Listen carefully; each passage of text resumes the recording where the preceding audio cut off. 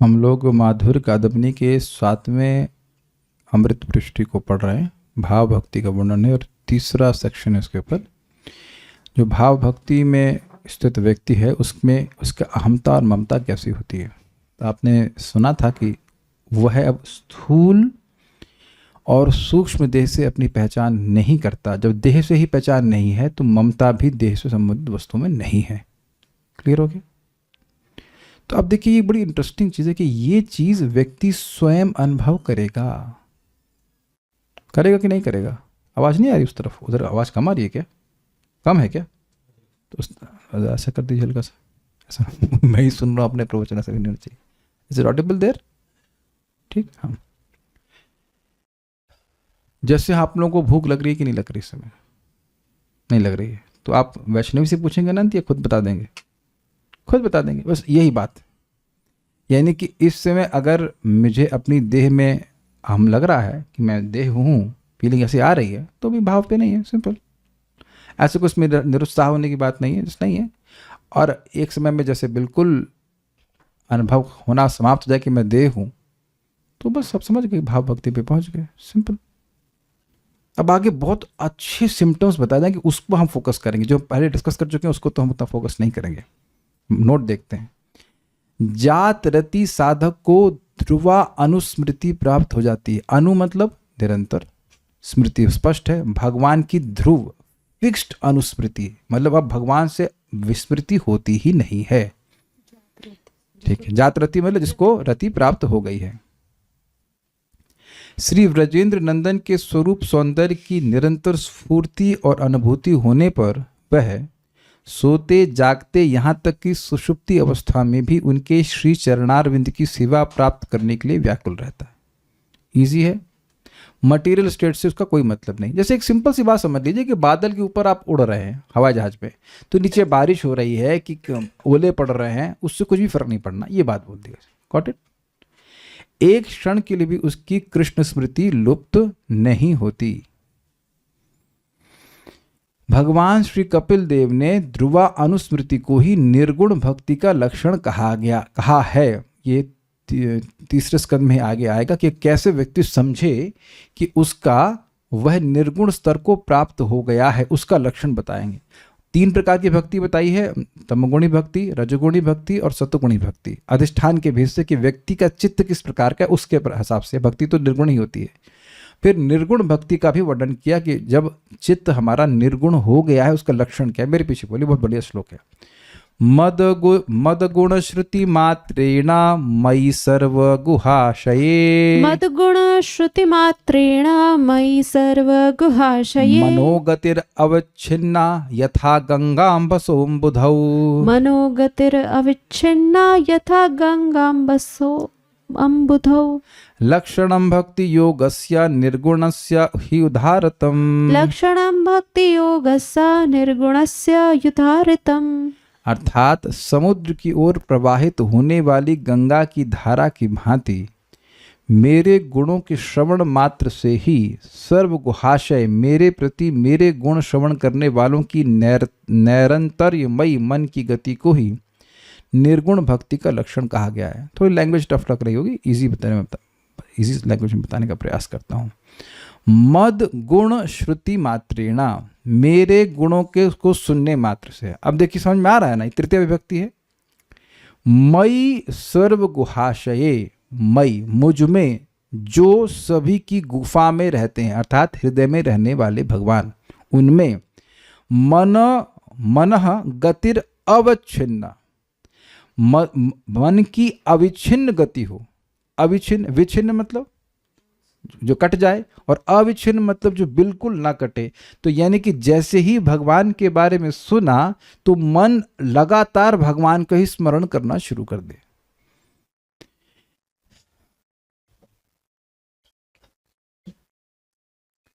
जैसे ही भगवान के बारे में आपने अभी आप प्रैक्टिकल देख लीजिए। हम लोग जब करते हैं, हमको बोला गया है हरे कृष्णा बोलो और हरे कृष्णा सुनो। वो कितना बड़ा प्रोजेक्ट हो जाता है। कितने लोगों के लिए बड़ा प्रोजेक्ट नहीं है ये, कितने लोगों के लिए बहुत आसान है। ये काम तो बहुत आसान है, हरे कृष्णा बोलिए हरे कृष्णा सुनिए, है ना। हाँ संजय शुक्ला प्रभु जी, माता जी, अच्छा प्रभु जी के नाम से, ठीक है। शैली शुक्ला माता जी, इजी है ना, चैंट एंड हियर लेकिन our mind is not here. सारी प्लानिंग सब कुछ हो जाता है। तो आप जान रहे हैं कि ये क्यों कठिनाई आती है। किसी को कोई हिसाब लग रहा है कि कठिनाई क्यों आती है? क्योंकि मन गुणों से प्रभावित है। तो अभी मन को नाम में कथा में वह सुख नहीं मिल रहा, ये नहीं कह रहा हूं कि सुख नहीं मिल रहा है, लेकिन वह सुख नहीं मिल रहा है कि बस एक बार सुना तो बस मन वहीं जा रहा है, वहां से वापस ही नहीं आ रहा है। गंगा उदाहरण दे रहे हैं कैसे, यथा गंगाम भस्साम बधौ, जैसे गंगा जी समुद्र की ओर ही जाती हैं।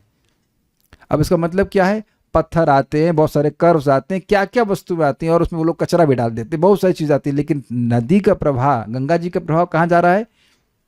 समुद्र की ओर ही जा रहा है। काफ़ी अच्छा एग्जाम्पल दे रहे हैं कि कुछ कुछ नदियाँ जमीन में दम तोड़ देती हैं, मतलब समुद्र नहीं पहुँच पाती हैं।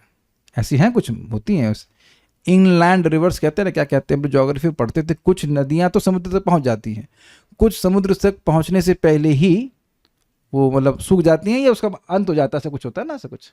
लेकिन गंगा जी ऐसी नहीं है। गंगा जी आप जानते हैं हिमालय से शुरू करके कितने अवरोध आते हैं, फिर भी वह समुद्र में निरंतर गिरती हैं। तो अविच्छिन्न से कहते हैं, तैल धारावत, बिल्कुल नॉन स्टॉप भगवान का ही स्मरण होगा। अब इससे एक मन में शायद इस श्लोक को सुनने से एक डाउट आ रहा हो, अच्छा तो जब वो नहीं सुनता है तब, भाई भगवान के बारे में सुनने से मन भगवान में जा रहा है, ठीक है, तो जब वो नहीं सुनता है तब आप ये बताइए कि जब केवल सुनने मात्र से मन बहने लगा भगवान की तरफ, तो क्या ऐसा कोई अवकाश होगा कि वो नहीं सुनेगा या नहीं स्मरण करेगा? 24 घंटे अगर हम जागृत अवस्था की बात करें तो कुछ ना कुछ स्मरण करते रहते हैं कि नहीं?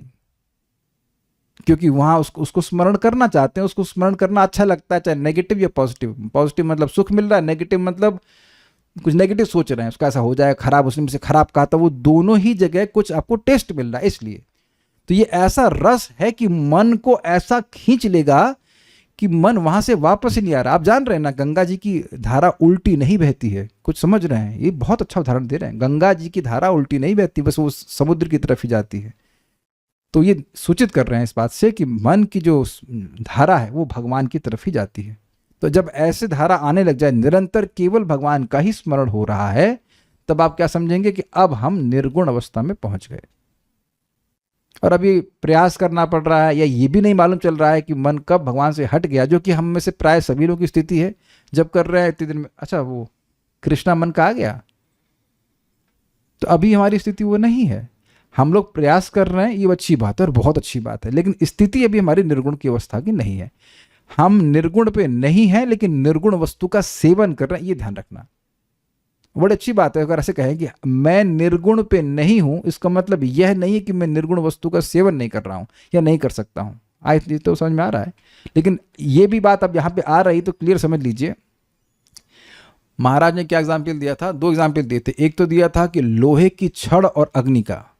तो लोहे की छड़ जो है वो अग्नि नहीं है, छड़ी, लेकिन अग्नि के संपर्क में अगर काफी देर तक रहती है, समुचित मात्रा में, समुचित समय तक रहती है, तो वो अग्नि के समान बन जाती है। उसी प्रकार से हमारा चित्त है मटेरियल, लेकिन भगवान की भक्ति के द्वारा भगवान की लादनी शक्ति के संपर्क में आते आते आते आते एक समय में पूरी तरह स्पिरिचुअल हो जाता है, जिसको आप भाव स्तर कहेंगे। अब समझ में आ गया? ऐसी अवस्था में चित्त हमारा भगवान की तरफ ही बहेगा। क्लियर हो गया ये सब चीज?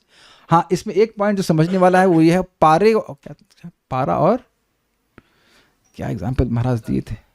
सल्फर, यस, हाँ शायद सल्फर और मरकरी के एग्जाम्पल दिए थे कि ये साथ में रखी जाती हैं तो धीरे धीरे करके आपस में मिलती हैं, ऐसा नहीं कि तुरंत मिलने लग जाएंगी। इसलिए कोई सोचे कि हम कल से ही बहुत माला जप करने लग जाएंगे और हम कृष्ण भावना भावित हो जाएंगे, वो डजंट वर्क लाइक दैट।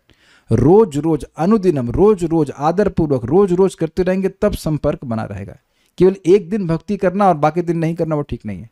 तो ऐसी अवस्था में प्राप्त करने के लिए आवश्यक है कि व्यक्ति में निरंतरता रहे, भक्ति करता रहेगा, तो फिर वो जो हलादनी शक्ति का संपर्क है, भक्ति का संपर्क है, वह उसके चित्त को चेंज कर देगा। लेकिन लक्षण इस प्रकार से बताया जा रहा है। ये लक्षण कौन अनुभव करेगा? वो खुद अनुभव करेगा, वो खुद अनुभव करेगा। ओके, ये फोटो हमने रखी है तो उससे कुछ समझ में आ रहा होगा कि बहुत बहुत सारे अवरोध हैं, लेकिन नदी बड़ी तीव्रता से समुद्र की तरफ ही जाती है। तो ये एग्जाम्पल याद रखिएगा। जात रति साधक की जागृत, स्वप्न या सुषुप्ति इत्यादि दशाओं में कभी भी श्री कृष्ण स्मृति रुद्ध अर्थात रुकती नहीं है, रुद्ध नहीं होती। जागृत अवस्था में साधारण मनुष्यों का मन जड़ीय रूप रस आदि विषयों में निरत रहता है। निरत मतलब नितराम रत, अच्छे से लगा रहता है। स्पष्ट है, इजी है। किंतु रतिमान साधकों का मन नश्वर एवं विरस जड़ीय विषयों में आसक्त न होकर निरंतर भगवत चिंता में ही निविष्ट रहता है। इजी है। देखिए, भौतिक पदार्थ में कोई टेस्ट नहीं है। हमारा जो अविद्या से ग्रसित इंद्रियां हैं वह उसमें एक बुद्धि कर लेती है कि हम बड़े सुखी हो गए, कुछ छू लिया, कुछ देख लिया या कुछ भी है, उस स्वरूपता तो वहां कोई सुख है नहीं। अविद्या का आवरण हट जाता है तो व्यक्ति को अनुभव होता है कि भाई ये तो उसमें कुछ है ही नहीं, दम ही नहीं है कुछ। यद्यपि अभी हम थ्योरी में सुनते हैं इस बात को, एक्सपीरियंस कुछ अलग सा होता है, लेकिन एक एक्सपीरियंस होना शुरू हो गया है कि कोई भी इंद्रिय तृप्ति है वो बाद में बड़ी बोरिंग है, खट्टी और बोरिंग है, और एक पॉइंट पे आकर कड़वी लगने लग जाएगी। तो कड़वी चीज़ों का अनुभव होता है तो फिर व्यक्ति उसे कड़वा अनुभव करने लग जाता है, तो फिर तो बिल्कुल ही नहीं उसको ग्रहण करता है। ये बात है। और समझ लीजिए, इधर कड़वा और इधर नाम और कथा जो है वो कड़वी लग रही है, तो ये अविद्या का प्रभाव है। दिस इज कॉल्ड रॉन्ग विद्या, अविद्या, जो विद्या नहीं है, जो नॉलेज नहीं है। वास्तविक ज्ञान उस व्यक्ति को कहा जाएगा जिसको ये ज्ञान हो कि नाम में कितना सुख है, कथा में कितना सुख है, भगवान की सेवा में कितना सुख है। तो जिसको ये बोध होगा, इसकी कॉग्निशन ऐसा प्रकार का होगा, वो भगवान की सेवा में लगा रहेगा, भोगों से हट जाएगा। देखिए, एक बात आप समझिए, we are not interested in त्याग, वी आर इंटरेस्टेड इन वैराग्य। ये समझे ना बात? आप आज को त्याग रहे हैं, फिर उसके बाद फिर मन उसमें चला जाता है। ये इस चक्कर में मत पड़िए। वैराग मीन्स वहां से टेस्ट ही समाप्त हो गया। ठीक है, प्रभुपाद समझाते हैं कि त्याग करता है, वो जो श्लोक है ना, विषया विनिवर्तन्ते इत्यादि में, कि भोग बोलते हैं भोगों को छोड़ो, भोगों को छोड़ो, ठीक है, लेकिन छूटते नहीं है इस तरह से जब तक कि उसका रस ही ना समाप्त हो जाए। तो बड़े धैर्य से भगवान की भक्ति करनी चाहिए। अगर हमने कुछ त्यागा है तो बहुत स्टेबल पोजीशन नहीं है। अच्छी बात है कि त्यागा है, लेकिन स्टेबल पोजीशन नहीं है। स्टेबल है कि वैराग्य हो जाए, उसमें कोई सामने हो भी तब भी कोई रुचि ना हो, और वो भक्ति से होता है। वासुदेव भगवती भक्ति योग प्रयोजिता जनयति आशु वैराग्यम ज्ञानम चयद हेतुकम। बड़ा इंपॉर्टेंट बात है कि भगवान की भक्ति से ही वैराग्य होगा। बाकी जो होगा उसमें अगर भगवान नहीं है तो कौन है? फिर माया है, और है ही, पक्की बात है। भगवान नहीं है तो माया आएगी, और कोई तीसरा ऑप्शन है नहीं। There are no third party vendors, only two parties, maya या कृष्ण। तो बार बार समझिए कि भगवान श्री कृष्ण की भक्ति के संपर्क से हमारा चित्त जितना परिवर्तित हो रहा है, जितना निर्गुण अवस्था को जाएगा, उतना ही जगत से वैराग्य होता चला जाएगा। इजी है, कोई इसमें घबराने की बात नहीं। कि कई बार लोग प्रश्न करते हैं, कई बार करते रहेंगे, मेरे बोलने के बाद भी करते रहेंगे, प्रभु जी विरक्ति कैसे आए, कैसे आए? आपके चित्त की अवस्था सही हो जाएगी, अपने आप विरक्त हो जाएंगे, क्योंकि जगत में कुछ है नहीं, कुछ ऐसा है नहीं कि जो आप हमको आकर्षित कर सके। तो ये भक्ति करने से जैसे जैसे हमारा चित्त पवित्र होगा, वैसे अपने आप व्यक्ति विरक्त हो जाएगा। जैसे इस समय भी आप बहुत सारी चीज़ों से अपने आप विरक्त हो गए, उसके लिए कोई प्रयास नहीं कर रहे, you are not resisting them. Make sense?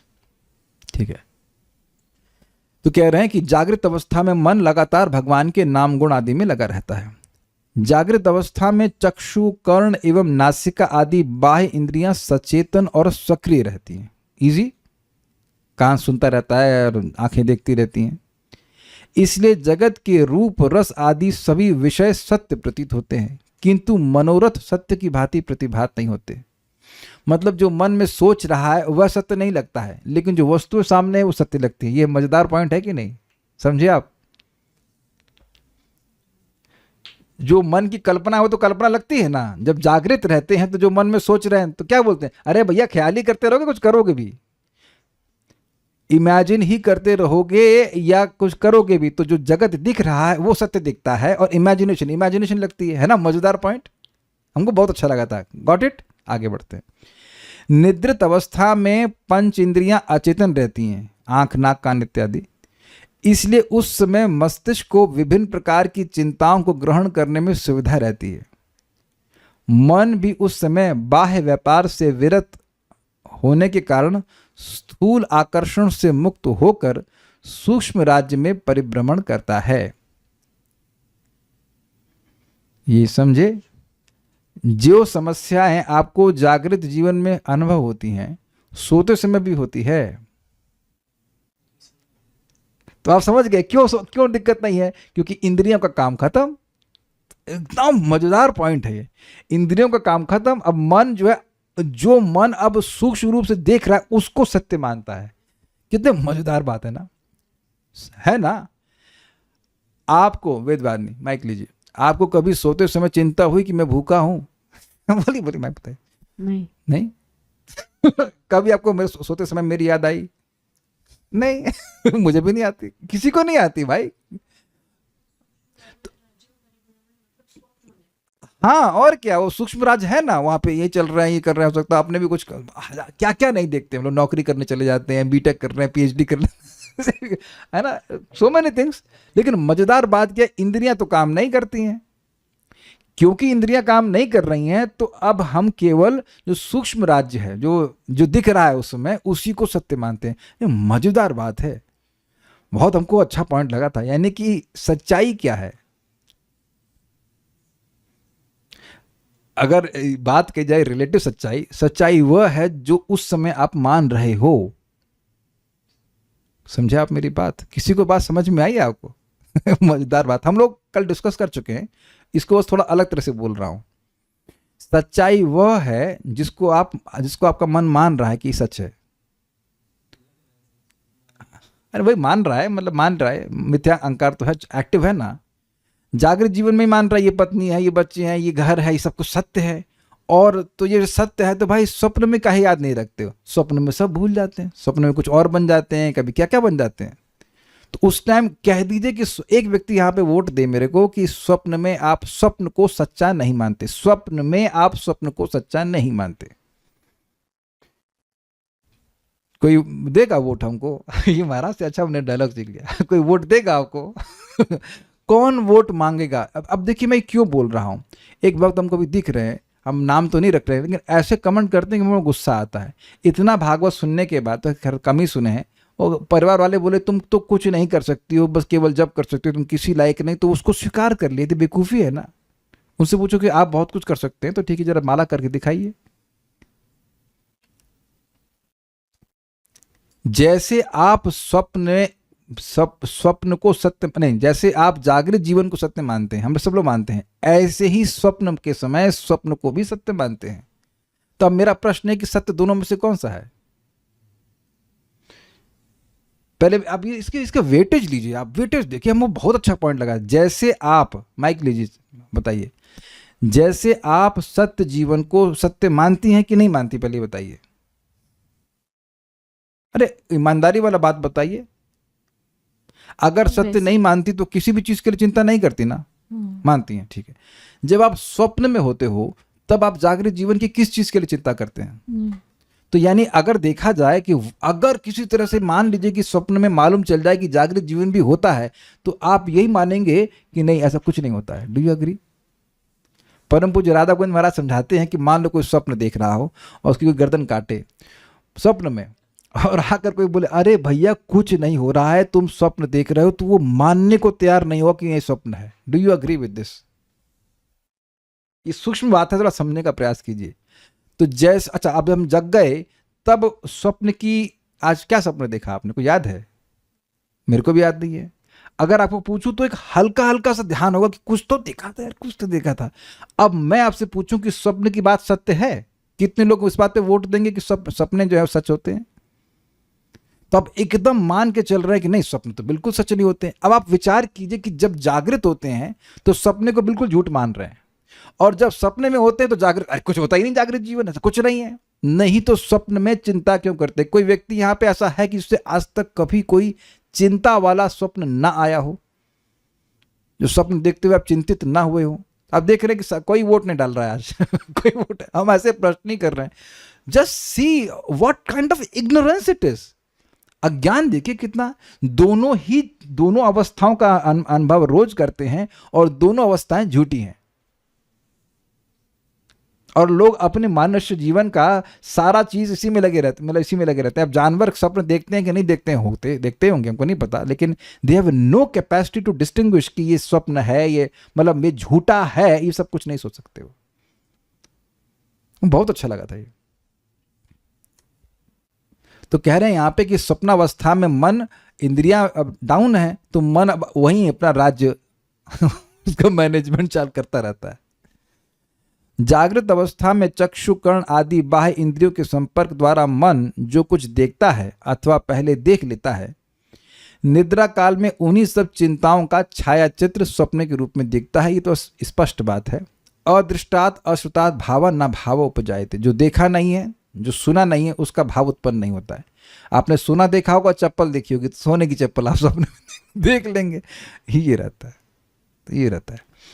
जात रति साधकों का चित्त सांसारिक चिंताओं से मुक्त होने के कारण उनके चिंता स्रोत में केवल मात्र श्रीहरि के रूप गुण आदि ही प्रकाशमान होते हैं। समझे? समझिए, जैसे स्वप्नावस्था में हम जागृत के बारे में अवेयर नहीं होते हैं, जागृत अवस्था में स्वप्न के बारे में नहीं, तो अब ये दोनों को त्याग दिया, न स्वप्न से मतलब न जागृत से मतलब, ये हो गया। ठीक है, भगवान से मतलब। इसलिए जात रति साधकों के स्वप्न में स्वाभाविक रूप से ही श्री भगवान के गुण रूपाधि प्रकाशमान होते हैं। भाई जब वो जागृत अवस्था में तब भी भगवान का स्मरण कर रहे हैं, तो स्वप्न के समय क्या करेंगे? भगवान का स्मरण करेंगे। प्रभुपाद बताते थे कि बचपन में वो महाभारत सुनते थे, तो उनको सपने में भी महाभारत की कहानियां आती थी, लाइक दैट। सुषुप्ति दशा में स्थूल इंद्रियां और सूक्ष्मोपाधि मन, बुद्धि, चित्त तथा अहंकार पर्यंत सभी कुछ प्रसुप्त होने के कारण निष्क्रिय रहते हैं, अतः उस समय कोई भी चिंता नहीं होती। इजी है ना, उस समय इंद्रियां एक्टिव हैं, बाह्य इंद्रियां, ना मन एक्टिव है, तो कुछ भी स्वप्न अपने कुछ नहीं दिखता है। किंतु जात रति साधकों की आत्मा में सुषुप्ति दशा में भी भगवत स्मृति विराजित रहती है। और इसको मैंने समझाया था क्यों, क्योंकि आत्मा कॉन्शियस रहती है, पहली बात, लेकिन उसकी कॉन्शियसनेस बद्ध अवस्था में जागृत, स्वप्न और सुषुप्ति, इन तीन मटीरियल कंडीशन से प्रभावित होती, this is called condition soul. लेकिन जब आप बादल के ऊपर चले गए, गुणों के पार चले गए, तो तमोगुण, रजगुण और सत्वगुण तीनों ही प्रभावित नहीं करने वाले। तो सिद्धांत में हमको समझना होगा कि कोई भी गुण प्रभावित नहीं कर रहा, इसलिए गुणों के द्वारा सृष्टि की गई कोई भी दशा जीव की चेतना को प्रभावित नहीं कर सकती। इसलिए, क्योंकि यहां से हमारे लिए भी समझना बड़ा मुश्किल है कि सुषुप्ति अवस्था में भी भगवान का स्मरण कैसे होगा। क्योंकि हम क्या सोच रहे हैं? हम ये सोच रहे हैं कि सोचते तो मन से है ना। आप स्वीकार, इसी तो सब लोग वोट देंगे ना मेरे को। कौन यहां मन से नहीं सोच रहा है? आज ऐसे प्रश्न कर रहा हूं जो कहीं वोट डालने का मौका ही ना मिले। कोई व्यक्ति है जो मन से ना सोच रहा हो? तो आप ये सोच रहे हैं कि मन के बिना कैसे सोचेंगे? तो ये हम अभी अनुभव कर रहे हैं कि हम इस शरीर पे डिपेंडेंट हैं, मन पे डिपेंडेंट हैं, लेकिन जो तुरीयावस्था में जीव पहुंच गया, उसकी तो स्पिरिचुअल सेंसेस अवेकन हो गए ना भाई। आप इसको भगवत गीता में सुने हैं, सुखम आत्यंतिकम यतद बुद्धि ग्राह्यम अति इंद्रियम। उस आत्यंतिक सुख मतलब सुख प्राप्त हो और उसकी निवृत्ति कभी नहीं हो, खत्म नहीं हो, ऐसा सुख मिलता है व्यक्ति को जब उसकी अति इंद्रियां, सुपर सेंसेस एक्टिवेट हो जाएंगे। तो स्पिरिचुअल सेंसेस की बात प्रभुपाद वहां पे सब करते हैं। समझ में आए बात? तो spiritual senses are not dependent on this material things. हमारे आत्मा का कह सकते हैं स्पिरिचुअल मन है, स्पिरिचुअल आंखें, सब कुछ उससे भी भगवान का अनुभव करता है, प्राकृत मन से नहीं करता। तो जब जिससे काम ले ही नहीं रहा है, तो जो काम ना करे तो क्या फर्क पड़ता है? जिस साधन से वो काम ले ही नहीं रहा है, वो साधन अगर काम ना करे तो कोई दिक्कत है? आप में से चलिए एक प्रश्न, आप में से कितने लोग बाल्टी से नहाते हैं? वोट कीजिए।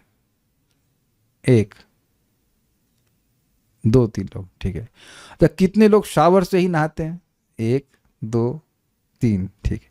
तो जो लोग शावर से नहा रहे हैं, उनकी बाल्टी अगर बाथरूम में ना हो तो कोई कठिनाई होगी स्नान करने में? तो क्यों नहीं होगी भाई? क्योंकि समझ गए, बाल्टी काम का उपयोग ही नहीं करते हैं आप समझ में आ गया ना। तो जब मन का उपयोग कर ही नहीं रहे हैं भगवान का स्मरण करने के लिए, क्योंकि मन तो कर भी नहीं सकता, मन तो मटेरियल है, तो जब सब कुछ स्पिरिचुअल वे में हो रहा है, वो अलग ही, उसका मतलब उसका पाथ ही अलग है, तो उससे फर्क क्या पड़ना है फिर? मन कार्य नहीं कर रहा है तो हमें मन चाहिए ही नहीं ना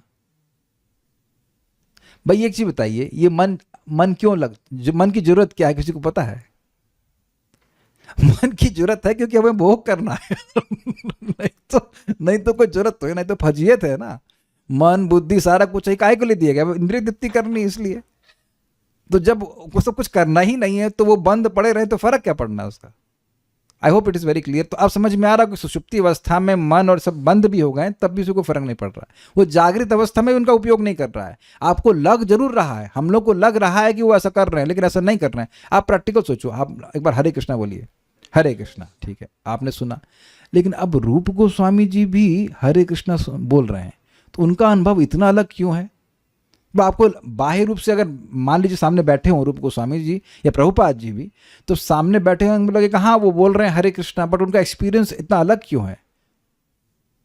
तो आप समझ रहे हैं कि they are relation through spiritual senses, they are not using this material senses. लग हमको जरूर रहा है, हमको जरूर लग सकता है कि वह भी तो हरे कृष्णा बोल रहे हैं, वह भी खा रहे हैं पी रहे हैं ऐसे कुछ, लेकिन उनका एक्सपीरियंस अलग प्रकार का है। मैं एग्जाम्पल आपको दूंगा, ये क्लियर हो जाएगा, एकदम क्लियर हो जाएगा। प्रसिद्ध है कि श्रील रघुनाथ दास गोस्वामी जी छाछ ही पीते थे, एटलीस्ट लास्ट के स्टेजेस में 3 दिन में 1 बार। 1 दिन में 3 बार नहीं, ध्यान दीजिएगा, 3 दिन में 1 बार। तो एक बार वो बीमार पड़ गए, तो कविराज मतलब आयुर्वेदाचार्य ने उनकी नब्ज देखी, कहे इन्होंने दूध के पकवान खाए, दूध के बने पकवान खाए। तो जो कविराज को ला के पागल है क्या? अरे 3 दिन में ये 1 बार मट्ठा पीते हैं, वो भी थोड़ा सा, और तुम कह रहे हो कि दूध का पकवान खाए हुए हैं, इसलिए पेट खराब हो गया, तो स्वीकार ही ना करे। तो फिर मतलब रघुनाथ दास गोस्वामी जी को बोला, तो कहते हैं हाँ, वो थोड़ा शर्माए, कहते हैं हाँ वो एक्चुअली मैं लीला चिंतन कर रहा था, तो वहाँ पे खीर बनी, भगवान को अर्पण हुआ, तो मैंने थोड़ा अधिक खा ली। अब तो क्लियर हो गया ना कि वो ऐसा लग रहा है कि वो साधक देह में है, सब कुछ है, लेकिन वो अपने स्पिरिचुअल शरीर में भगवान की अंतरंग सेवा में संलग्न हो गए। अब तो क्लियर हो गया होगा ना। तो हाँ, उसका प्रभाव यहाँ दिख रहा है। एक आप जानते हैं, प्रतिष्ठानपुर का ब्राह्मण था, उसने सुन लिया कि मन में भगवान की सेवा हो सकती, करने लगा। एक दिन वो खीर पका रहे थे मन में भगवान के लिए, बड़े भक्ति भाव से पका रहे थे। और 4 किए कि खीर तो गर्म नहीं दी जाती भगवान को, जरा चेक करता हूँ गर्म तो नहीं है। तो अपनी ये वाली उंगली ऐसे टच कराए, जो भी हो, ये हो या कोई भी हो, एक उंगली को टच कराए, और उनका हाथ जल गया और उनकी समाधि टूट गई। और देखे कि अरे वाकई मेरा हाथ जल गया। तो अब ये सब क्या हो रहा था? ये ऑल स्पिरिचुअल सेंसेस। तो कुछ आप शायद अंदाजा लगा पा रहे होंगे कि इसमें सुषुप्ति अवस्था से कोई फर्क नहीं पड़ता है। तुरिया अवस्था नहीं समझ पा रहे हैं, अरे अभी तमोगुण से तो बाहर निकलो तमोगुण से बाहर नहीं निकलने, तुरिया पहुंचेंगे। तोरई समझ में आता है ना आपको? तोरई बनाकर भगवान को अर्पण कीजिए। समझ में नहीं आ रहा, तो हमको समझ में आ रहा है अरे भाई अभी पहले सतोगुण में तो आइए आप। इतना समझ लीजिए कुछ होता है जो सतोगुण के भी परे है, जहां के भगवान की अनुभूति होती है। क्या शब्द है वो?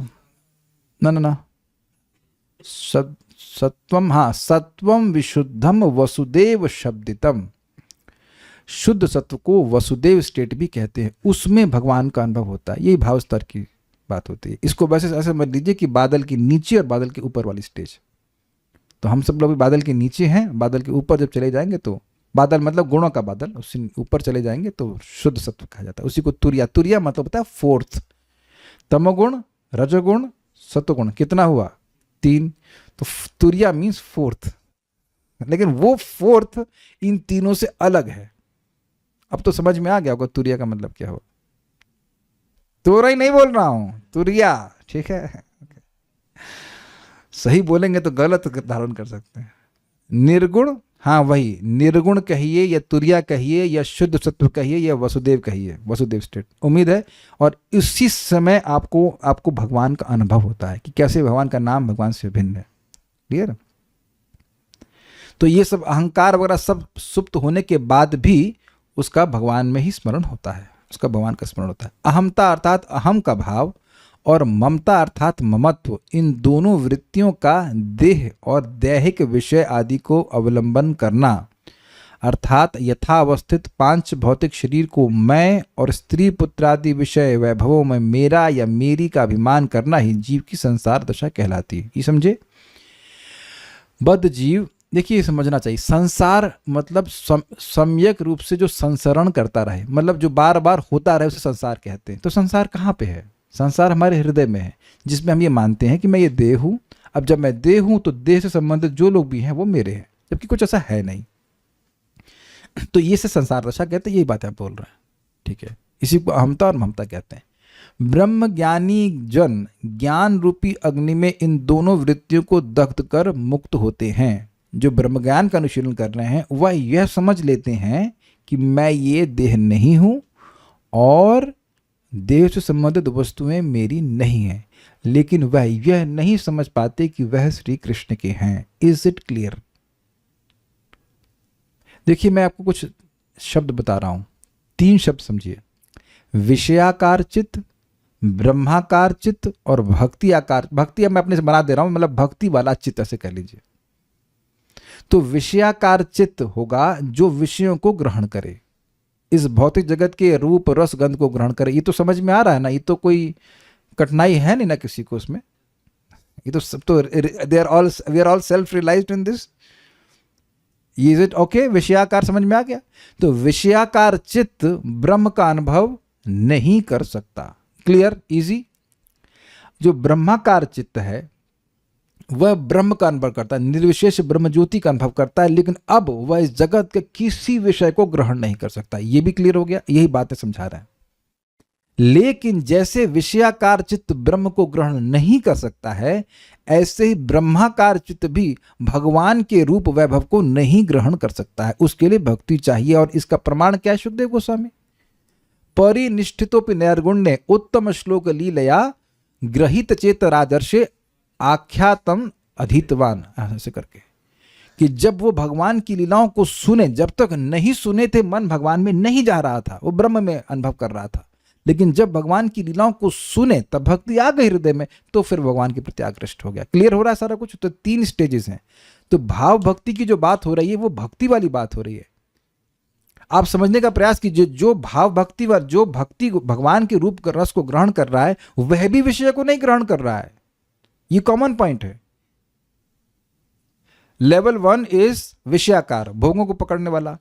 लेवल 2 इज ब्रह्माकार, ब्रह्म को ग्रहण करने वाला। और लेवल 3 भगवत आकार कह लीजिए, भगवान को पकड़ने वाला, भगवान के रूप रस को पकड़ने वाला। तो अब इस लेवल बता दे रहा हूं कि भाई जो विषयाकार चित्त है वो ब्रह्म का अनुभव कर पाएगा? नहीं। ब्रह्म वाला विषय का अनुभव करेगा? नहीं। लेकिन ब्रह्म वाला भगवान का अनुभव नहीं कर पाएगा। और भगवान का जो अनुभव करने वाले उनको विषयों से कोई मतलब नहीं है, कुछ भी मतलब नहीं। हाँ, लेकिन जो भगवान का अनुभव कर रहा है वो ब्रह्म का अनुभव कर लेगा, क्योंकि सूर्य में जो देवता के संग है तो सूर्य के प्रकाश को देख रहा है, वो कोई दिक्कत नहीं। आप जानते हैं ब्रह्मेति परमात्मेति भगवानेति शब्द थे। लेकिन जो भगवान के शुद्ध भक्त है उनको विषयों में कुछ भी रुचि नहीं होगी। वैकुंठ के पार्षदों को कोई इंटरेस्ट नहीं इस जगत में, कोई मतलब कोई भी इंटरेस्ट नहीं है, because they are happy with Krishna. Is it okay? समझ में आ गया? तो यहां बोल रहे हैं कि ब्रह्म ज्ञान के द्वारा ये जो उनकी विषयकारिता है चित्त की, मतलब मैं देह हूं और देह से संबंधित वस्तुएं मेरी, ये नष्ट हो जाती है। लेकिन भगवान में ममता नहीं होती, ये समझ लीजिएगा। भक्ति साधन से जीवात्मा का शुद्ध स्वरूप भगवत दासत्व या सिद्ध स्वरूप जागृत होता है। इस सिद्ध स्वरूप का अभिमान धारण कर साधक श्रवण कीर्तन आदि भक्ति के अंगों का अनुष्ठान करते हैं। ये समझे बात? भक्ति करने से अविद्या भी नष्ट होती है, जिससे अहमता, जो झूठी अहमता और ममता वो नष्ट हो गई, फर्स्ट क्लास। लेकिन साथ साथ असली अहमता और ममता प्रकट हो जाती कि मैं कृष्ण का हूं, मैं देह नहीं हूं, ये तो चलो ठीक है, लेकिन मैं हूं क्या? मैं कृष्ण का हूं। ये बात मन में स्थापित हो जाती है। मन का मतलब रिवील टू हिम। जात रति साधकों के हृदय में स्वतः ही उनके सिद्ध स्वरूप की स्फूर्ति होती है। बहुत इंपॉर्टेंट पॉइंट है, कुछ भी कॉम्प्लिकेटेड नहीं है। हमें कोई ना बताए कि हमारा स्वरूप क्या है, we don't want to hear it, we don't want to know it from someone else. जैसे इस समय आप भूखे हो कि नहीं हो ये आपको पता है, कोई बगल वाला नहीं बताता है आपको आकर। इसलिए कभी भी इस मामले में भ्रमित नहीं होना। और लोग भ्रमित प्रभुपाद जी के समय में भी हो जाते थे। एक व्यक्ति मंगला केस इन पॉइंट, एक मोर की कहानी सुना, एक मोर की कहानी सुनाते हैं आपको, ये दिल मांगे मोर। एक भक्त प्रभुपाद जी के समय में मंगल आरती नहीं आ रहे थे, तो दरवाजा बंद करके कुछ कर रहे थे। तो भक्तों ने की होल होता है, की होल से देखा कि वो कर क्या रहे थे। तो वो ऐसे ऐसे करके ऐसे से एक टांग से उछल रहे थे और ऐसे ऐसे कर रहे थे। तो प्रभुपाद जी के पास लाया गया, उसको पूछा भाई क्या हो गया। कहते हैं वो किसी बाबा ने उनको बताया कि तुम्हारा सिद्ध जो रूप है वो है मोर का गोलोक वृंदावन में, तो इसलिए मैं उछल उछल कर उसका अभ्यास कर रहा हूँ कि मैं मोर कैसे हूँ गोलोक वृंदावन में।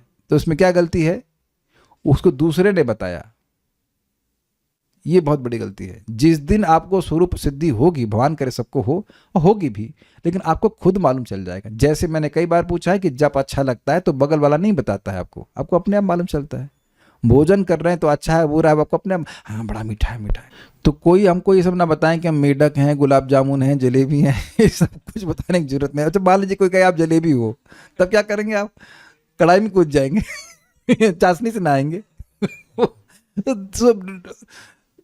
एक संबंध में परम पूज्य भक्ति बृहद भागवत महाराज ने बड़ी सुंदर बात कही थी, बड़ी टचिंग बात। कहीं देखिए, जो व्यक्ति इस प्रकार से सोच रहा है कि मैं ये हूं मैं वो हूं, वो प्री मैच्योरली सोच रहा है कि नहीं, है ना। तो महाराज ने कहा कि देखिए जो प्री मैच्योर बेबीज होते हैं वो पूरी जिंदगी भर दिक्कत ही होती है, उनको ठीक नहीं हो पाते। समझ रहे हैं आप उसका शब्द कितना जबरदस्त है ना, प्री मैच्योर बेबीज कुछ ग्रहण कर रहे हैं।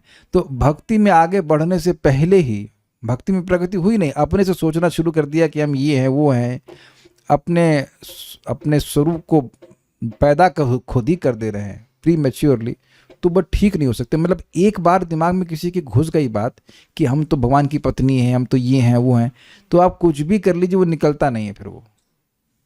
इसीलिए शुरुआत से ही समझ लेना चाहिए कि भाई यू हैव टू पे द प्राइस, फ्री में नहीं हो सकता। आप ये सब बोलने से पहले अभी आगे गुण आएंगे, क्या 24 घंटे नाम रुचि है? अब जैसे मैं एग्जाम्पल दे रहा हूं, परम पूज्य यमुना माता जी, तो उनके बारे में प्रभुपाद ही बोले कि शी इज ऑन भाव स्टेज, और वह है अपनी कोई पुस्तक लिखी है, किसी से नहीं, उनके बारे में एक माता जी ने पुस्तक लिखी थी और वो उनसे बोल रही थी, आपस में बात हो रही थी, पता नहीं क्यों मुझे हमेशा नाम में रुचि मिलती है। That's a very nice statement. I don't know why, but I always have taste for chanting. What does that mean? What does that mean? ये वो उस समय फेसबुक वगैरह, मतलब हम नहीं जान रहे हैं कि माता जी कोई फेसबुक पेज रहा होगा, वो उस पर कुछ नहीं बोल रही हैं। शी वाज जस्ट अपने एक अंतरंग पार्षदा से बात कर रही हैं कि वो I don't know why I always have taste for chanting. अब इससे यह सोच देख रहे हैं कि एक नम्रता है कि भाई मेरे को कोई विशेष, अपने में कोई विशेषता तो नहीं लग रही है, लेकिन why I am feeling taste for chanting always, what does that mean? तो अब प्रभुपाद तो जान ही रहे कौन व्यक्ति कहां पे है। So this is very important.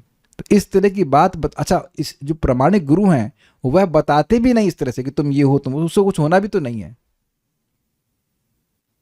तो इसलिए आवश्यक है कि व्यक्ति अपनी चेतना को शुद्ध करने के लिए प्रयासरत रहे, अपने आप प्रकट हो जाएगा।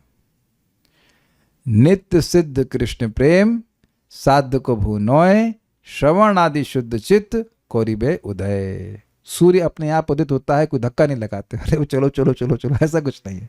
सो प्लीज, कुछ भी गलती हो जाए, कैसा भी पतन हो जाए, लेकिन सिद्धांतिक पतन नहीं होना चाहिए। इस बात को थोड़ा इसलिए मैं हाईलाइट कर दिया कि अपने आप मालूम चलेगा, और ये मत पूछना कब मालूम चलेगा, जब मालूम चलेगा अपने आप आपको मालूम चल जाएगा। हो सकता है कल ही मालूम चल जाए, वो भगवान जाने, भगवान के ऊपर छोड़ दीजिए, लेट हिम डिसाइड। हमारा कर्तव्य भगवान की भक्ति करते रहना, अपने हृदय को शुद्ध करते रहना। कुछ पूछ रहे थे, बोलिए, माइक पे पूछिए। इस लाइन का क्या मतलब है? सिद्ध स्वरूप का अभिमान धारण कर साधक। देखिए, सिद्ध रूप, सिद्ध अभिमान मतलब मैं अपने आप को क्या मानता हूं, तो अब वो जब वो प्रकट हो गया, जो भी आपका रिलेशनशिप है, then you serve in that capacity. जैसे अभी आप क्या मानती हैं, मैं स्त्री हूँ, अब मैं मानता हूँ मैं पुरुष हूँ, ठीक है, मान रहे कि भगवान के सेवक हैं, लेकिन मेरा क्या संबंध है भगवान से, वो तो नहीं भी प्रकट हुआ ना, तो वो अपने आप प्रकट हो जाता है। जात रति साधक का सिद्ध देह में अभिमान इस प्रकार परिपक्व हो जाता है कि वह साधक देह को प्राय त्याग करके ही अवस्थित रहते हैं। इसकी मैंने कल समझाया था कि जैसे हम लोग जागृत अवस्था में स्वप्न को बिल्कुल त्यागे रहते हैं, स्वप्न अवस्था में जागृत को त्यागे रहते हैं, सुषुप्ति में दोनों को त्यागे रहते हैं, कोई बेसिकली कोई मतलब नहीं होता।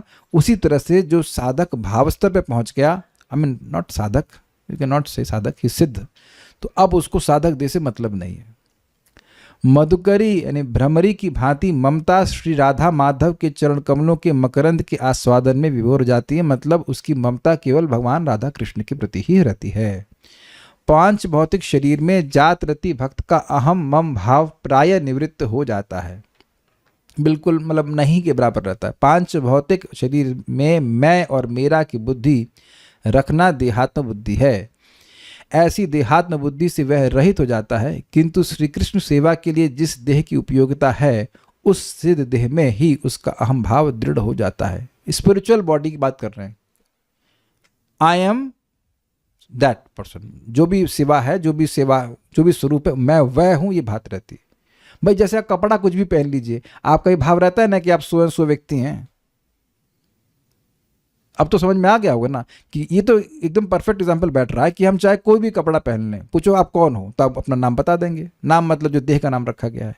तो अब वो जो आइडेंटिटी है वो तो जागृत अवस्था में क्या कपड़ा पहने हैं उससे तो नहीं प्रभावित हो रही है। प्रैक्टिकल एग्जाम्पल देखिए, जड़ भरत महाराज भाव स्तर पर थे, सबको पता है, स्वीकार है, ठीक है। तो अब वह राजा भरत के रूप में थे भाव स्तर पर, और हिरण के रूप में क्या थे, वो हिरण के रूप में भी वह भाव स्तर में ही थे, और अब वह सूखी घास खाते थे। कभी देखा है आपने घास हरी पड़ी हो और सूखी खाए कोई? मैं हिरण की बात कर रहा हूं। तो हिरण के शरीर से भी वह अपनी पहचान नहीं कर रहे थे। अब तो क्लियर हो गया कि नहीं हो गया? बाहर की ड्रेस से कोई मतलब नहीं। और जब जड़ भरत के रूप में थे तब भी कुछ नहीं था। महाराज बता रहे थे कि उनको मारने के लिए डाकू लोग लेके जा रहे थे, तो कह रहे थे कि इस जगत में किसी का कोई कोपिन फाड़ दे तो हो सकता है वो गुस्सा हो जाए, लेकिन उनको उनका शरीर भी काट दिया जा रहा था, उन्हें कोई मतलब नहीं था। That kind of disidentification. जैसे अब बगल में कोई व्यक्ति का मान लीजिए गाड़ी को कोई तोड़ दे तो आपको क्या दुख होता है? कुछ भी नहीं होता, क्योंकि कोई भावना है नहीं, और अपनी गाड़ी तोड़ दे। अब तो क्लियर हो गया ना। एक भक्त बता रहे थे, श्रीमान श्याम हरि प्रभु, तो जा रहे होंगे, लौट रहे थे पिलानी से, तो उनकी कार में किसी की जीप लग गई, तो ऐसा कुछ तो हुआ। तो जीप वाला आके बोलने लगा, तुमने मेरे को ठोका, गुस्सा हो जा रहा है। तो प्रभु जी बड़े शांत किए उसको, भाई आपको नहीं ठोका है, आपकी कार को ठोका है। तो लेकिन अब उसकी पहचान तो जीप से हो रही है ना, कार को या जीप जो भी रहा हो। आप देख रहे हैं कि इस जगत में लोगों का नुकसान बहुत हो जाता है। You don't generate any emotions. आपके इमोशंस, हमारे इमोशंस तभी होते हैं जब हमारा ममता होती है। नहीं तो अच्छा मर गया, अच्छा ठीक है, हाँ लाओ जरा जूस लाना है ना। कितने लोग मर जाते हैं, कोई जूस पीना बंद कर रहा है अपना ना, तो उसके कोई इमोशंस अपने देह से मतलब नहीं रखता। ये कह रहे हैं चिन्मय श्री भगवान की अप्राकृत सेवा प्राकृत देह से संभव नहीं है। साधन की सिद्धि होने पर साक्षात सेवा प्राप्ति के लिए साधक वह देह प्राप्त करता है जिसे सिद्ध देह कहा जाता है, स्पिरिचुअल बॉडी। साधक उस देह की भावना करते हुए अपने भावानुकूल श्री कृष्ण की सेवा करता है। मतलब मैं श्री कृष्ण का मित्र हूं और इस प्रकार से मैं कृष्ण की इस प्रकार से सेवा कर रहा हूं, ऐसा भावना रहती है। इस देह को अंतः चिंतित देह भी कहा जाता है। मतलब यद्यपि बाह्य रूप से साधक के रूप में लग रहा है, लेकिन वो आंतरिक रूप से इसी अवस्था में है। मतलब समझ रहे हैं, जैसे हम जब कर रहे हैं तो हमेशा ये आप कपड़े को नहीं सोचते कि मैं ये कपड़ा हूँ। जैसे आज मैं कुर्ता पहनता हूँ, इंसिडेंटली आज मैं टी शर्ट पहना हूँ, तब भी मैं टी शर्ट से नहीं पहचान कर रहा हूँ। कुछ क्लियर हुआ ना? जो हमारी सेंस ऑफ आइडेंटिटी है वो वही रहती है। उसी तरह से उसका कार्य कर रहा है, वो शरीर से कार्य कर रहा है, लेकिन उसका जो सेंस ऑफ आइडेंटिटी है वो जो वास्तविक संबंध है भगवान से, उसी तरह से होता है। कुछ समझा पा रहे हैं? थिंक समझ में आ रहा होगा। इस देह को अंतः चिंतित देह भी कहा जाता है। जात रति भक्त इस सिद्ध देह को ही अपना स्वरूप समझता है और वर्तमान शरीर में उसका अभिमान प्रायः निवृत्त हो जाता है। मतलब कुछ रहता होगा लेकिन बहुत हल्का सा, क्योंकि हमने सुना है कि भाव स्तर पर प्रायिकी अर्थात 98% शुद्धि हो जाती, 2% बाकी रहता है, वो आगे जाके पूर्ण हो जाएगा प्रेम अवस्था में। श्री कृष्ण के श्री चरणारविंद की सेवा में उसकी तीव्र ममता जाग उठती है, ये भी स्पष्ट है। यद्यपि भक्त अपने आंतरिक भावों को छिपाता है, किंतु रति के उत्पन्न होने पर अनेक ऐसे लक्षण उदित हो जाते हैं जो छिपाए नहीं छिपते हैं। भक्ति तत्व को जानने वाले सहज उसे पहचान लेते हैं, किंतु साधारण लोग जिनका भक्ति विषय में कोई भी ज्ञान नहीं है वे उसे नहीं पहचान पाते, बल्कि विपरीत बुद्धि के कारण वे उसे पागल और उन्मत्त ही समझते हैं।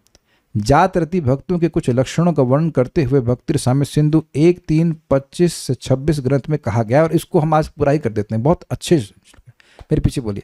शांतिरव्यर्थ कालत्वं विरक्तिर्मान शून्यता। शांतिरव्यर्थ कालत्वं विरक्तिर्मान शून्यता। आशा बंध समुत्कंठा नाम गाने सदा रुचिः। आशा बंध समुत्कंठा नाम गाने सदा रुचिः। आसक्तिस्तद्गुणाख्याने प्रीतिस्तद्वसति स्थले। आसक्तिस्तद्गुणाख्याने प्रीतिस्तद्वसति स्थले। इत्यादयोनुभावाः स्युर्जात भावांकुराजने। इत्यादयोनुभावः स्युर्जात भावांकुरजने। अर्थात जिस साधक के हृदय में प्रेम का अंकुर अर्थात भाव उत्पन्न हो जाता है, उसमें शांति, शांति मीन्स टॉलरेंस, सहिष्णुता, अव्यर्थ कालता मतलब एक क्षण भी भगवान की सेवा के बिना नहीं बिता पाना, विरक्ति, निरभिमानिता, आशाबंध, समुत्कंठा, नाम गान में सदा रुचि, भगवान के गुणानुवाद में आसक्ति और उनकी वासस्थान में प्रीति मतलब धाम आदि में रहने में प्रीति, ये सारे लक्षण प्रकाशित होते हैं। तभी हो सकता है कि कोई भक्त धाम में फिजिकली ना रह रहा हो, तो अब ये नहीं आपको सोच लेना चाहिए कि वो भाव स्तर पर नहीं है। प्रभुपाद तो वृंदावन एक्सटर्नली छोड़ के गए थे कि नहीं गए थे, लेकिन वो समझना चाहिए कि उसके स्पृहा धाम में रहने की ही है। प्रीति, प्रीति वेर, I hope it is very clear. शोभ का कारण उपस्थित होने पर भी चित्त का शोभित जो भी है शोभित नहीं होना शांति है, ये समझे। जब कोई डिस्टर्ब ना करे और तब डिस्टर्ब ना हो तो आप टॉलरेंट नहीं है, समझे ना।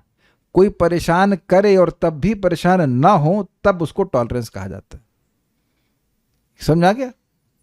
ठीक है ना। कोई गाली दे ही नहीं, कोई हम बहुत सहिष्णु है, अरे तो गाली दे तब देखें कितना सहिष्णु है।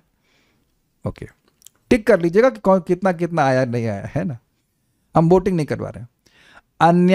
अन्यान्य संसार के वैषयिक व्यापार में व्यर्थ संलग्न न होकर केवल भगवत भजन में समय व्यतीत करना अव्यर्थ कालत्व कहलाता है। ये समझे बात। व्यर्थ काल और अव्यर्थ काल स्पष्ट है, इजी है कि एक क्षण भी भगवान की सेवा के बिना नहीं बिताएगा, वो भगवान की सेवा करेगा। देखिए बात तो सिंपल है कि एक क्षण भी आप अरबों रुपए देकर के वापस नहीं ला सकते, स्पेशली मनुष्य जीवन का। लेकिन ये जानते हुए भी हम समय खराब करते हैं बहुत सस्ती और टुच्ची चीजों के लिए, एटलीस्ट इस समय, बिकॉज अभी वैसा टेस्ट भक्ति के लिए नहीं है। And that we have to accept, अनर्थ निवृत्ति में है।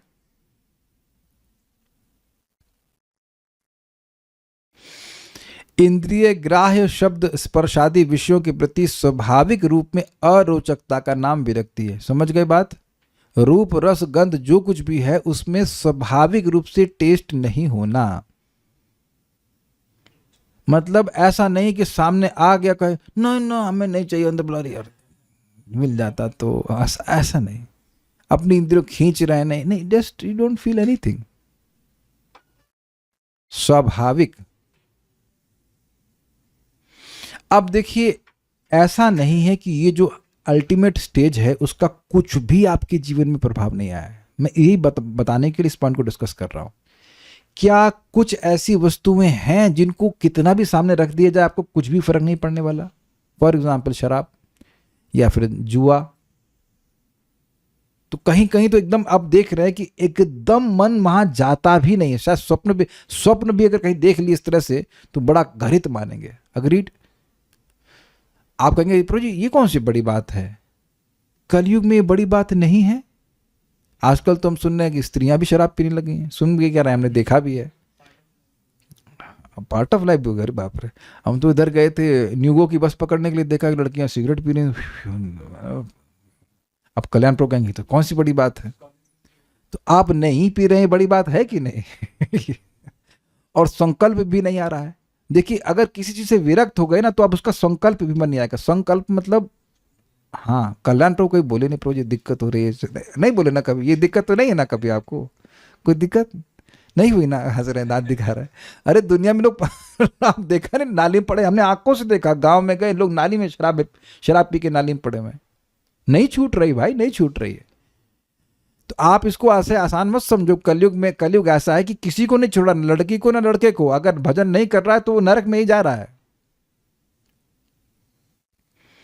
अब हो सकता है कि आपको कुल्फी अच्छी लगती हो या whatever, I don't want to agitate your senses, लेकिन कुछ तो ना, बट वो भी खत्म हो जाएगा। वो खत्म कैसे होगा? वही आपने सुना है, तब कीर्तम कृष्ण, भगवान की लीला कथा सुनते सुनते वो इतना अंदर से पवित्र कर देगी, बस वही अच्छा लगेगा, बाकी अच्छा ही लगेगा। ये बात। एक भक्त हैं, हम नाम तो नहीं रखेंगे, उनके परिवार वाले उनका फ़ोन छीन ली, वो ली, तो मैसेज कर दी कहीं से, प्रभु जी अब मैं क्लास में नहीं आ पाऊंगी। ये हमने कहा ओके, हमको पता है कि उनको काम कथा में बहुत रुचि है, वो भी वीडियो ऑफ करके बैठी होंगी कहीं। तो अब एक बार अब जब आपने किसी को एडिक्ट कर दिया है तो ज़्यादा रिएक्ट करने की जरूरत नहीं। अच्छा नहीं आना चाहते, कोई बात नहीं, ओके, देखते कब तक नहीं आओगे। देखते कब तक नहीं आओगे।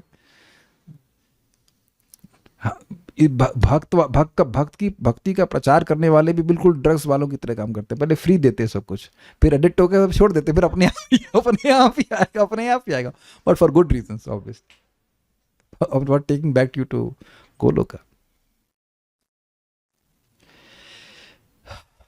तो एक पॉइंट नोट कर लीजिएगा, जितनी आई है उसको नोट कीजिए और परेशान मत होइए। मैं समझा पा रहा हूं? जितनी विरक्ति आई है उसके लिए भगवान को धन्यवाद दीजिए कि जो कुछ भी आए वो भक्ति की वजह से, अपने से कुछ भी नहीं है। और आगे भी भक्ति करते रहेंगे तो आगे भी विरक्ति उतनी ही आ जाएगी। जैसे कि भोजन करते हैं तो भोजन करने से ही भूख समाप्त होती है, कुछ और करने से नहीं। मैं इसलिए बोल रहा हूं क्योंकि ये बात समझनी होगी कि अभिधेय केवल भक्ति है। बार बार प्रश्न आता रहता है कि कैसे विरक्त हो। मैं भी किया हूं, कैसे वासनाएं नष्ट हो। वो कोई और तरीका नहीं है, क्योंकि किसी और तरीके से नष्ट हुई भी नहीं थी एक भी इच्छा।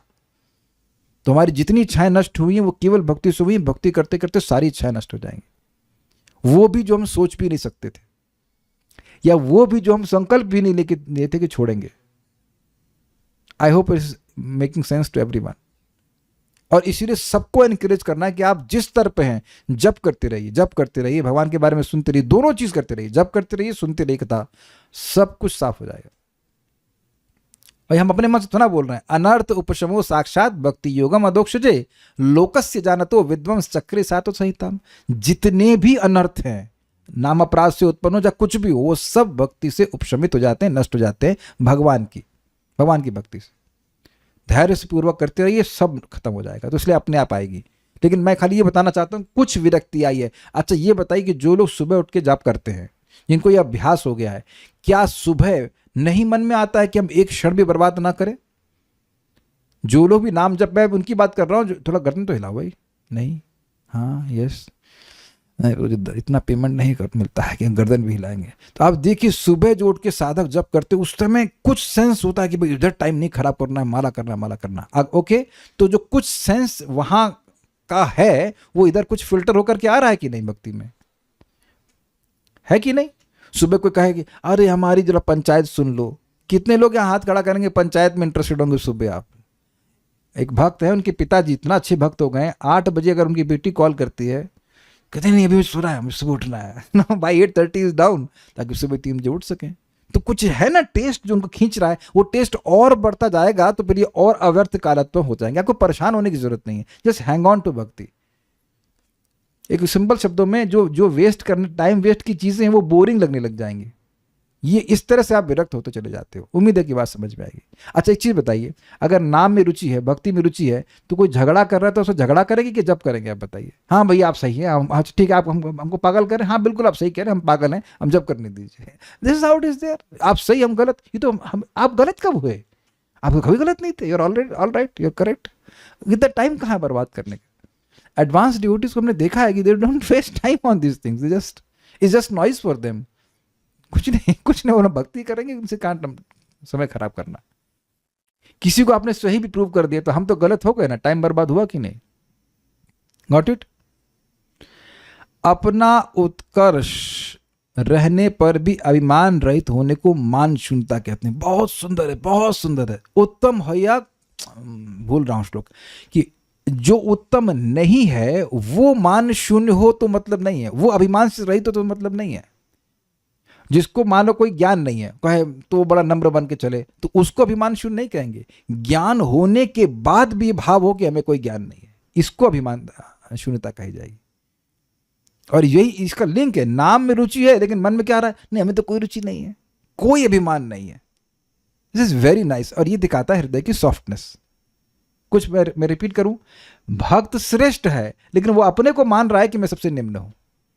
और ये भक्ति का स्वभाव ही है कि चित्त को ऐसा बना देती है कि व्यक्ति नम्र हो ही जाता है, ही फील्स की इज लोएस्ट। इसको आप इमिटेट नहीं कर सकते। इमिटेट कर रहे हैं तो फिर पता क्या सोचेंगे? मैं बहुत नम्र डिवोटी हूं। जो अपनी नम्रता का अहंकार आ जाता है, I am so humble, you know. अच्छा ये बहुत अच्छा है। भगवान अवश्य ही प्राप्त होंगे, ऐसी दृढ़ आशा का नाम आशाबंध है। अच्छा एक बताइए, या कोई वोट दे कि उसको ये आशा नहीं है कि उसे भगवान मिलेंगे, उसको लग रहा है कि भगवान कभी नहीं मिलेंगे, ऐसा कोई है यहां पे? तो अब ये प्रश्न बड़ा कॉम्प्लिकेटेड है। आप सोच रहे, अब आप शायद सोच रहे हैं क्या मुझे है? अरे अगर आशा नहीं होती तो आप जब क्यों कर रहे होते? तो आप देखिए, आशा है लेकिन उसकी यानी कि वो जो आशा बंद की स्टेज फुल्ली वहां पे है, फिर वो थोड़ा थोड़ा यहां पर है। कुछ ग्रहण कर रहे हैं? इस पे तो हमारा मन कर रहा है श्लोक बोलने का। इस श्लोक को महाराज कम से कम मुझे यहाँ तक स्मरण आधा घंटा बुलवाए थे। हम देखते अगर याद है तो बोल देंगे। ना प्रेमा श्रवणादि भक्तिरपि वा योगोऽथवा वैष्णवो ज्ञानम वा शुभ कर्म वा कियदहो संजातिरप्यस्ति वा हीनार्थादिक साधके त्वयि तथा प्यच्छेद्य मूला सती हे गोपी जन वल्लभ व्यथयते हा हा मदाशैव माम। बहुत सुंदर श्लोक है। उसमें बता रहे बहुत सारी बात कि मैं ना भक्ति कर पा रहा हूँ, ना मेरे को योग्यता है, ना ये है, फिर भी मुझे एक बात पता है कि हे गोपीजन वल्लभ, हे कृष्ण, आप जिन जो हीनार्थ हैं, जो आपसे प्रेम नहीं भी मांग रहे हैं, उन पर आप अधिक कृपा करते हो। और ये आशा मेरे हृदय से जा नहीं रही है, और ये आशा मेरे हृदय को दुख दे रही है। अपनी तरफ देख रहे हैं तो देख रहे हैं कोई योग्यता नहीं है, और भगवान की तरफ देख रहे हैं तो ये और ये देख रहे हैं कि मैं प्रेम मांग भी नहीं रहा हूं। This is all mood of a devotee who's in भाव स्टेज, कि मैं प्रेम मांग भी नहीं रहा हूं, फिर भी मुझे पता है कि आप जो हीन अर्थ लेके, मतलब छोटा चीज लेकर भगवान आपके पास आते हैं, उन पर आप अधिक कृपा करते हैं। तो अब देखिए, आशा तो भगवान की प्रेम प्राप्ति की है, लेकिन वो सोच ऐसा रहे कि मैं तो प्रेम नहीं चाहता हूं। बड़ा बड़ा कॉम्प्लिकेटेड है ये सब कुछ। और कह रहे हैं कि हा हा मदाशैव माम, ये आशा मेरे हृदय से जा नहीं रही है, इसका जड़ हट नहीं रहा है मेरे, और ये आशा मेरे हृदय को दुख दे रही है। बहुत अच्छा श्लोक है ये भक्ति साम्य सिंधु जब हम पढ़ाएंगे तो डिटेल में वहां पे पढ़ाएंगे। अभी तो आपको मैंने कुछ एक श्लोक हमको याद है, हर गुण के ऊपर श्लोक पे श्लोक रखे गए हैं भक्ति साम्य सिंधु में। ये दिखा रहा है, ये दिखा रहा है, ये दिखा रहा है। दुख इसलिए दे रही कि लग रहा है कि आशा जा नहीं रही कि कृष्ण मिलेंगे, लेकिन अपनी तरफ देख रहे कि कोई योग्यता नहीं है। तो एक मन में रहेगा ना कि नहीं मिलेंगे कि नहीं मिलेंगे, मतलब it is very difficult to enter in that consciousness. लेकिन आप देखिए कुछ कुछ मन में अपनी तरफ भी आता है ना, नाम की महिमा सुनते हैं, जामिल भगवान के पास चला गया, ये चला गया, मैं जाऊंगा, जा तो सकता हूँ, नहीं अभी तो नहीं, जा तो सकता हूँ, नहीं अभी नहीं। जब देख रहे हैं कुछ हम लोग का तो दुविधा भी चलता रहता है, फिर भी आशा है ना हमारी। तो ये बात है, आशा बंद है, बंध मतलब बंधन है आशा का, तो ये बंधन जो है उसको भक्ति में लगा ही रखेगा। कृष्ण मिलेंगे, कृष्ण मिलेंगे। जो लोग भगवान की भक्ति छोड़ते हैं, छोड़ देते हैं एटलीस्ट इस जीवन में, उनका संग क्या हुआ, आशा बंध समाप्त, तभी ना। अपने अभीष्ट प्राप्ति के लिए गुरुतर लोभ को ही समुत्कंठा कहते हैं। ये तो स्पष्ट है कि भगवान का भजन करने से मुझे भगवान की प्राप्ति होगी, तो ये लोभ, उसको उत्कंठा, उत्कंठा का मतलब क्या होता है, ये बड़ा मजेदार शब्द है, उत्कंठ, समझ रहे हैं, उत ऊंचा करके कंठ, ट्रेन आने वाली होती है, आपकी उचकने से पहले पहले नहीं आ जाएगी, लेकिन लोग अब उचकना चालू करते हैं, कब आएगी, है ना, उचकने से पहले आ जाती है नहीं, तो उत्कंठा, तो इस प्रकार की उत्कंठा का भाव रहता है कि कब कृष्ण की प्राप्ति होगी, कब कृष्ण की प्राप्ति होगी। निरंतर नाम संकीर्तन के लिए जो प्रेम में लालसा होती है उसे नाम गान में सदा रुचि कहते हैं, मतलब हरि नाम करने में उसको सदा रुचि उत्पन्न प्रकट रहती है। श्री भगवान के परम माधुर्यमय गुण लीला इत्यादि के वर्णन में स्वाभाविक आसक्ति को तद गुणाख्यान में आसक्ति कहा जाता है। मतलब स्पष्ट है, जैसे कि सुखदेव गोस्वामी जी की और परीक्षित महाराज की, 7 दिन 7 रात नॉन स्टॉप श्रवण कीर्तन, बिना पानी पिए कुछ भी चल रहा है, तो ये दिखा रहा है कि उनकी अत्यधिक आसक्ति है, जगत की वार्ता वो नहीं करना चाहते। और ये सिम्टम आप कैसे देखते हैं, जब आपका कोई प्रिय रिश्तेदार जगत की वार्ता करने लगता है तो आपको कैसा लगता है, तो आप समझ गए कि वो कुछ कुछ तो आ रहा है ना वहाँ पे। आप यहाँ पे क्यों आते हैं, आपको अच्छा लगता है तब ना आते हैं। तो आप वो जो सिम्टम भाव भक्ति की हैं वो कुछ कुछ यहाँ मिल रहे हैं कि नहीं मिल रहे हैं, बोझ मान कर तो कोई नहीं आ रहा है ना, यू आर रियलाइजिंग समथिंग, कुछ आसक्ति हो रही कि नहीं हो रही, गॉट इट। श्री कृष्ण की लीला स्थली वृंदावन आदि धामों में निवास करने की बलवती लालसा का नाम तव वसती वसती स्थल में प्रीति है, नहीं सॉरी, तब क्या, तब मतलब ता नहीं होना चाहिए, वसती स्थल में प्रीति, मतलब जहां पे भगवान की लीला आदि हुई है वहां पे रहने की स्पृहा। अब ये भी भक्तों का अनुभव है कि जो लोग धाम में रहते हैं, भजन कर रहे होते हैं, तो जहाँ धाम के बाहर जाने से एकदम व्यग्र हो जाता है मन, एकदम मन नहीं करता है। परम पूज्य वृंदावन चंद्र महाराज समझा रहे थे, मॉरिशस से होकर के आए, तो कह रहे हैं वहाँ एकदम मतलब समशीतोष्ण वातावरण रहता है। और मेरा भी अनुभव है, बाली में पंखे नहीं लगे रहते हैं, जहाँ पंखा वहाँ बल्ब। मैं चकित हो गया ना, ये क्या है, पंखे की जगह बल्ब। आप समझ सकते कि गर्मी होती ही नहीं वहां पे, कैन यू इमेजिन, पंखे की जगह बल्ब, लिटरली पंखा यूज ही नहीं करते हैं वो लोग, है ही नहीं पंखा, क्योंकि आप जानते हैं कि जब गर्मी होगी दिन में तो समुद्र से हवा आ जाएगी, ठंडा कर देगी, जस्ट नेचुरल, पहाड़ और सब कुछ, लेकिन फिर भी यू फील मिसिंग। मैं वहां पे जब गया था तब मुझे स्मरण होता था कि हम 3-4 ब्रह्मचारी बैठ करके शाम को कीर्तन करते थे वृंदावन में, दैट वाज डिफरेंट फ्रॉम, वहाँ बहुत सारे भक्त लोग कीर्तन कर रहे थे, वहाँ भी अच्छा लगता था, लेकिन कुछ मिसिंग रहता था। तो धाम की एक अपने एनर्जी है। आप मायापुर जाइए, जाएंगे तो आप कहेंगे हमको लेके जाते नहीं हैं, जाएंगे, क्लास समाप्त हो जाए बस चैतन्य चरितामृत पढ़ा के फिर लेके जाते हैं, ठीक है। तो ये भी संपर्क आप अनुभव करेंगे। सुमित प्रभु हैं इधर, कुछ अनुभव हो रहा है, घर जाने की इच्छा होती है सुमित प्रभु, नहीं होती ना।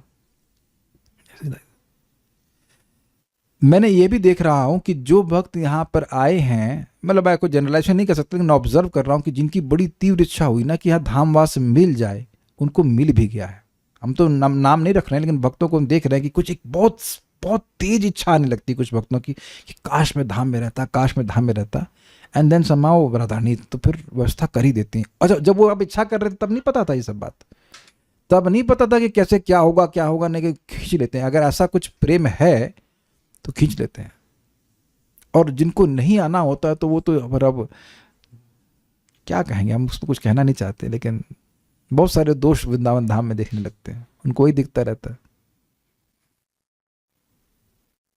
तो ये एक बड़ा इंटरेस्टिंग गुण है कि अगर व्यक्ति को धाम में आने की अभिलाषा हो रही है, रहने की अभिलाषा हो रही है, this is very nice sign. मान लीजिए नहीं भी रह पा रहा लेकिन स्प्रिया बहुत ज़्यादा हो रही है, बहुत अच्छा गुण है। कुछ कहना चाहते हैं, बोलिए। नहीं, यस, नो। देखिए वृंदावन में, मतलब मथुरा क्षेत्र में, वृंदावन में कहीं पे भी आप बैठे हैं तो लीला स्थली में ही बैठे हैं। जैसे मैं यहाँ बैठा हूँ, यहाँ पे, वहाँ भी कोई भगवान की लीला चली रही है, मैं नहीं देख पा रहा हूँ लेकिन है, चल तो रही है ना। चैतन्य विहार कृष्ण विहार नामी भी चैतन्य विहार है, किसी भी सेक्शन में रहिए तो विचारणीय बात है ना। वो थोड़ा उसका स्वरूप चेंज कर दिया एक्सटर्नली लोगों ने, लेकिन इंटरनली तो सब वही चल रहा है।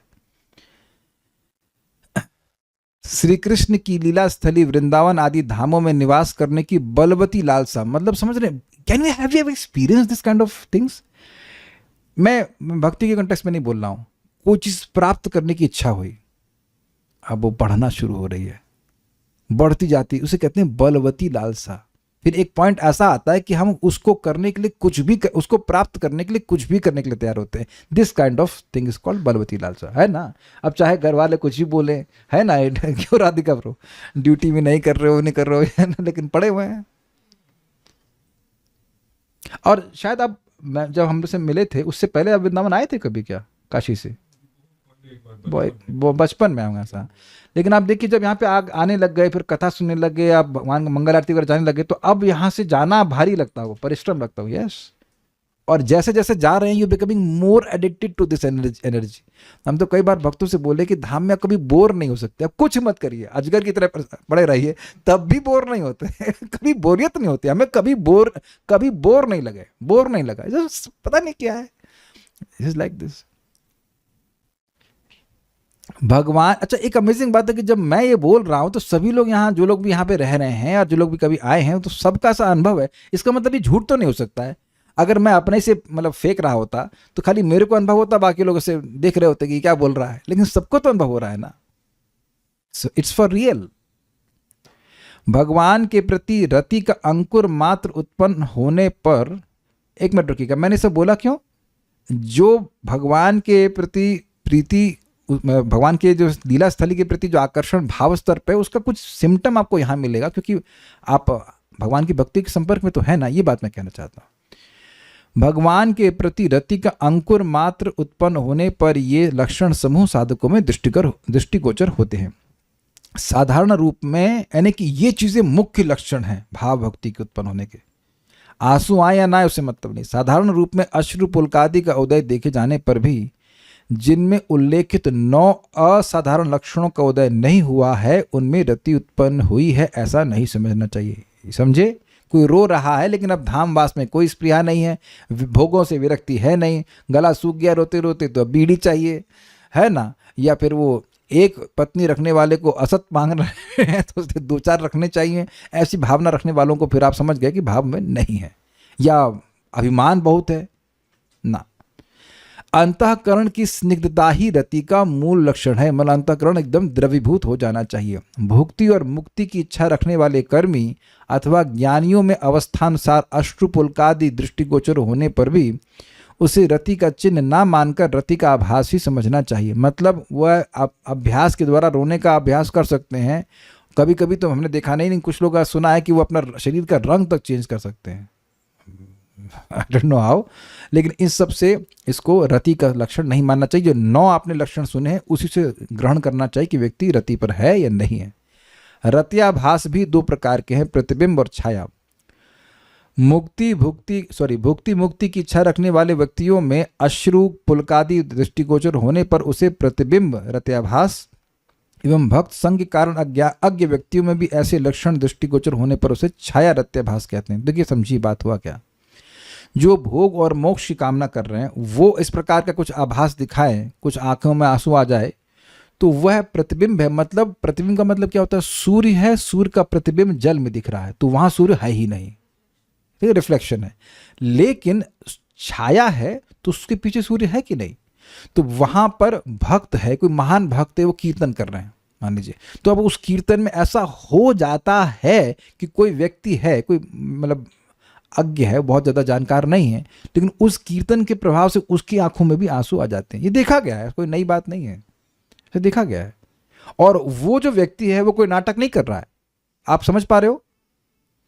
वो जो कीर्तन है या जो कोई शुद्ध भक्त है वो कीर्तन कर रहे हैं, तो उस कीर्तन के प्रभाव है कि उसमें उस व्यक्ति में कुछ रति के लक्षण आ गए, कुछ अश्रु आ सकते हैं, कुछ पुलक आ सकते हैं, ऐसा हो सकता है।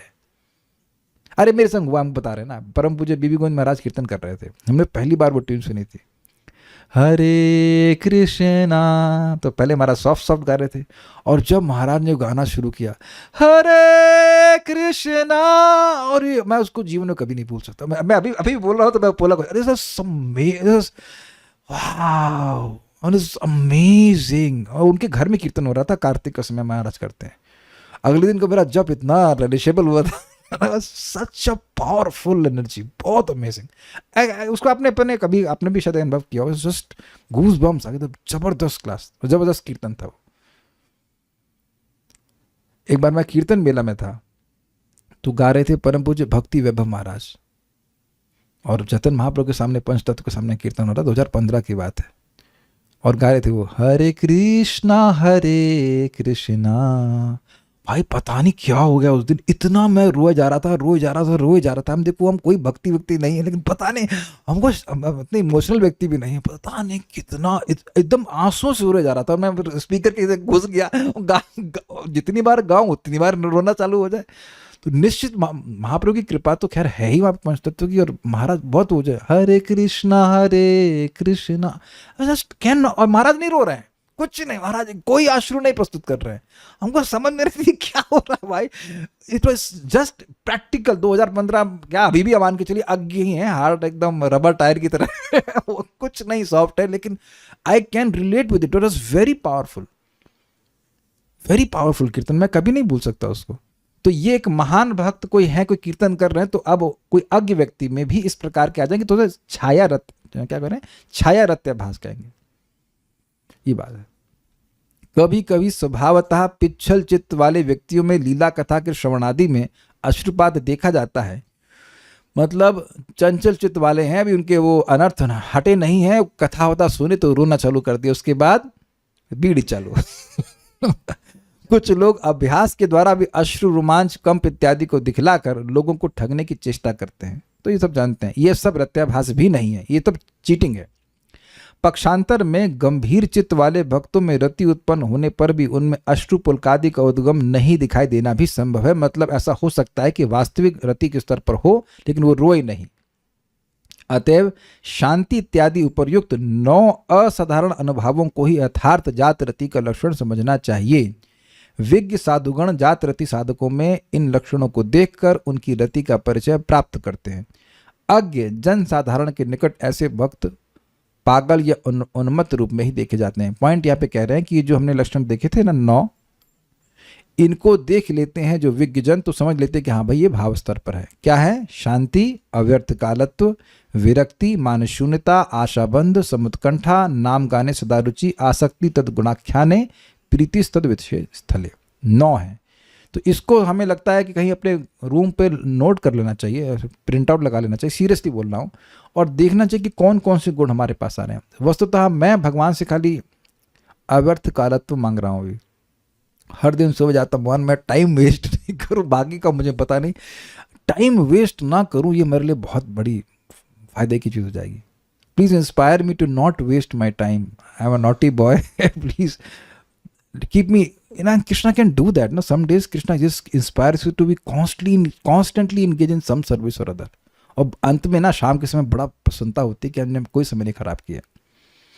तो ये हम तो बाकी और कुछ नहीं देख रहे, अव्यर्थ कालत्व, किसी तरह से कृष्ण की सेवा में किसी न किसी रूप में लगे रहे, ये हमको बड़ा प्रैक्टिकल लग रहा है और देखना चाहिए। ये आपको लग रहा है कि अव्यर्थ कालत्व कुछ प्रैक्टिकल है, हमारे रेंज में है, एटलीस्ट हम अपने बुद्धि के द्वारा प्रयास कर सकते हैं कि पूरा दिन जब तक हम जागृत हों कि भगवान की सेवा में लगे रहें। बाकी तो ठीक है, लेकिन इट इज़, ये काफ़ी अच्छा गुण हमको लगा। We can try think about cultivating it. कोई प्रश्न है किसी प्रकार? नहीं है। मैं तो कभी धाम में गई नहीं, मुझे कुछ पता नहीं। कोई बात नहीं, लेकिन कम सम टाइम। जब करते वक्त डर लगता है कि मन की गलत इच्छा पूरी हो गई तो। नहीं, ऐसा नहीं होता है। जिस इच्छा को आप चाहते हैं वो पूरी होती है। ऐसा नहीं कि इच्छा कर ली तो देंगे ही भगवान। इट मीन्स मेंटल स्पेकुलेशन द्वारा त्याग स्टेबल नहीं रह सकता। जी नहीं, त्याग कभी स्टेबल रह ही नहीं सकता है, क्योंकि जब वो भगवान माया कहेंगे अच्छा तुम त्यागे हो, जरा अच्छा ये देखो ये क्या है, फिर वही गाजर आएगी, फिर वही गाजर का जूस पी लेगा व्यक्ति। तो you have to be detached by becoming attached to Krishna. Will stop now. Shri Shri Madhurya Kadambini की जय, श्रील प्रभुपाद की जय, निताय गौर प्रेमानंद।